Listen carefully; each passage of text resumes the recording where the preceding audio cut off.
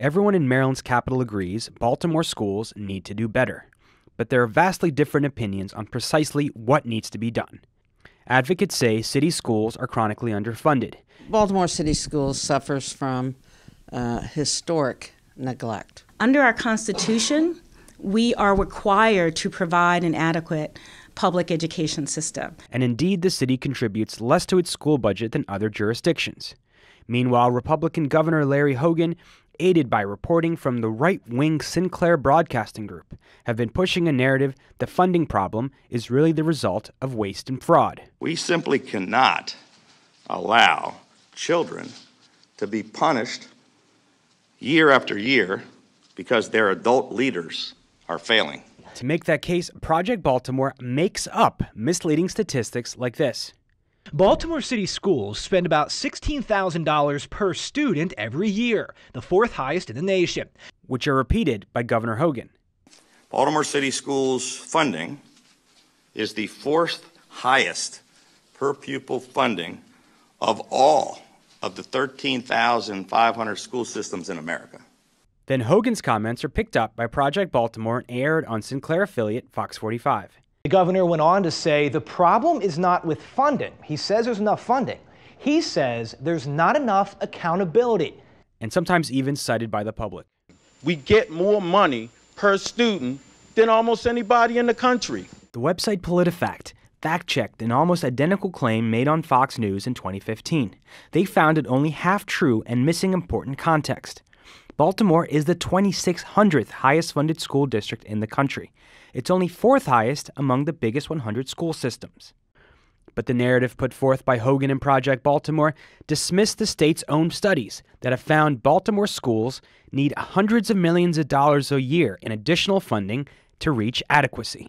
This isn't to say there aren't lots of critics of the school system. At just about every school board meeting, students and advocates demand the schools do better. We want the funding in the classrooms, and if we're not striving to that, then I got a problem. Panel, but we also would like to see culturally appropriate, like things about our culture as people of color in our books. Like we would like to learn more about us. An emerging debate over casino proceeds has found a way to address that. A recent report found that gambling profits pledged to fund schools never materialized, and Baltimore's casino has sent more money to other jurisdictions than its own school system, which is why two legislators are proposing changes to the way casino money is allocated. Delegate Mary Washington and Maggie McIntosh sat down with us to discuss their ideas. McIntosh is chair of the powerful House Appropriations Committee. Her bill would let voters decide on this year's ballot. Additional funding to education would be phased in over 4 years. This plan is supported by Democratic leadership and the Maryland State Educators Association. My bill actually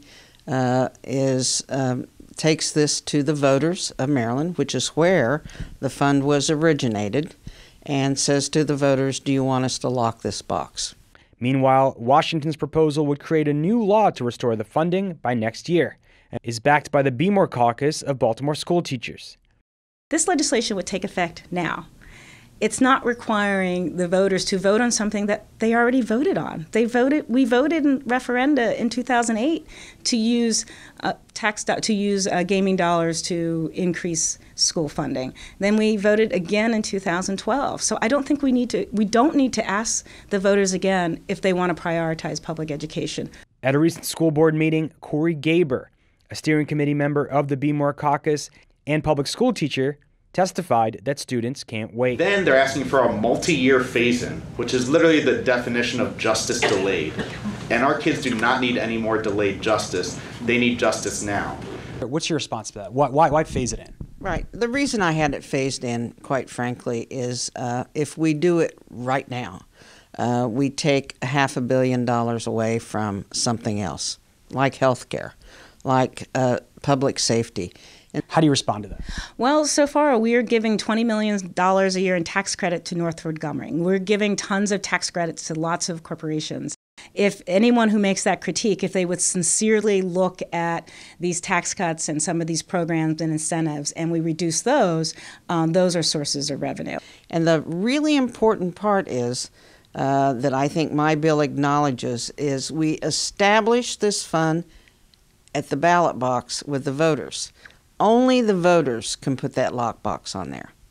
If I just pass a bill that says this money ought to be an enhancement, the governor can take that away the next year. That's not true. I worked with the analysts, I worked with bill drafters, and by referencing specific things in the code, we are able to, by legislative intent and law, require certain things to happen. Both proposals will be considered in Annapolis in the upcoming months. McIntosh and Washington agree it's going to take more than just additional casino money to transform Baltimore schools. Lawrence Grand Prix, policy director of Leaders of a Beautiful Struggle, argues that increased accountability to the community must also be part of the conversation. You need to have a vision of accountability, but to the community in terms of actually producing a framework for educational results that the community finds sufficient, which may include curriculum, may include incorporating local community-based organizations into schools, may include diversity of programming. And that typically isn't talked about in the funding debates. They talk a lot about iPads and air conditioning, and those things are good. But when you're looking at results in a way that actually meets what the community is talking about, the actual parents and the majority, minority, 80-90% of people in Baltimore City Public Schools are African American, their conversation is a bit different than what the advocates and the politicians are talking about. And I think that needs to be a central part of the conversation. We'll keep following the story at therealnews.com and link to our additional coverage of Maryland's public education system in the comments below. This is Jessel Noor.